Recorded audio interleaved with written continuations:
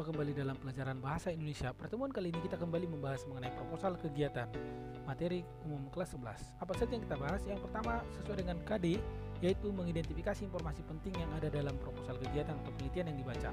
Mari kita cermati kembali definisi dari proposal.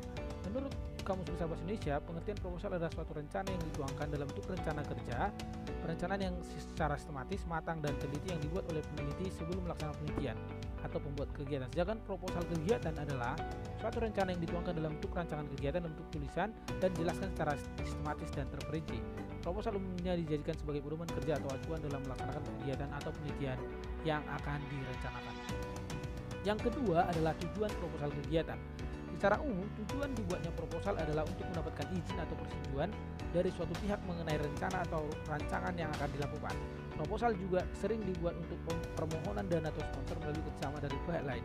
Selain penjelasan mengenai rincian kegiatan yang dilakukan, umumnya di dalam proposal tertera mengenai dana yang akan dibutuhkan dalam pelaksanaannya. Jadi secara keseluruhan, isi proposal tersebut harus dapat dimengerti oleh pihak lain yang ingin dimintai izin atau persetujuan mengenai kegiatan tersebut. Berikutnya adalah fungsi dari proposal kegiatan. Yang pertama, di bidang penelitian umum. Proposal berfungsi sebagai dasar untuk melakukan penelitian yang berhubungan dengan sosial, budaya, agama, ekonomi, dan bidang lainnya.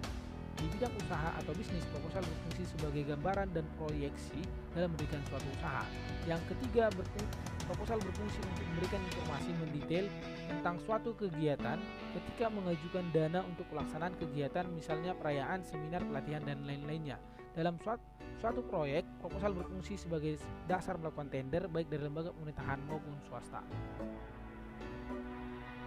Mari kita cermati mengenai jenis-jenis proposal. Yang pertama adalah proposal kegiatan, yaitu merupakan proposal untuk melakukan suatu kegiatan, di mana isi proposal kegiatan ini adalah pengajuan rencana kegiatan baik yang individu atau kelompok, misalnya pentas seni atau budaya. Seringkali proposal kegiatan ini dilakukan untuk pengajuan permohonan dana dari pihak tertentu dan sebagainya untuk mendapatkan kompensasi dalam penyelenggaraan kegiatan sehingga mendapatkan bantuan dari donatur. Kemudian jenis yang kedua adalah proposal bisnis, yaitu proposal yang berkaitan dengan dunia bisnis baik perseorangan maupun lembaga atau kelompok. Kemudian contohnya adalah proposal pendirian suatu usaha, di mana proposal misalnya proposal kerjasama antar perusahaan dan proposal lainnya. Kemudian yang ketiga adalah proposal penelitian. Jenis proposal ini umumnya digunakan pada bidang akademisi. Proposal ini dibuat sebagai pengajuan kegiatan penelitian. Contoh proposal penelitian untuk membuat skripsi, tesis, dan lainnya.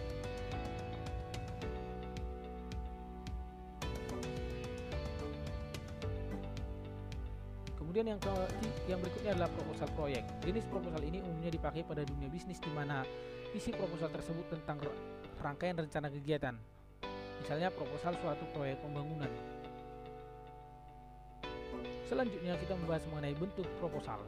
Proposal yang pertama adalah proposal formal, di mana proposal formal biasanya dilengkapi dengan 3 bagian utama. Yang pertama adalah pendahuluan, bisa berupa sampul, halaman judul, kata pengantar, intisar, daftar isi, dan lembar pengesahan. Kemudian yang kedua adalah isi proposal, latar belakang, pembatasan masalah, tujuan, ruang lingkup, susunan, waktu, dan biaya. Kemudian data pelengkap proposal, lampiran, tabel, daftar pustaka, dan lainnya. Seperti ini adalah format proposal yang sifatnya formal. Kemudian yang kedua adalah proposal semi formal. Umumnya tidak selengkap dengan proposal formal, namun masih berbentuk baku. Di dalam proposal semi formal biasanya terdapat informasi mengenai masalah, saran, pemecahan, atau permohonan. Kemudian yang ketiga adalah yaitu proposal non formal. Proposal non formal biasanya hampir sama dengan proposal semi formal dan disampaikan dalam bentuk surat atau memorandum.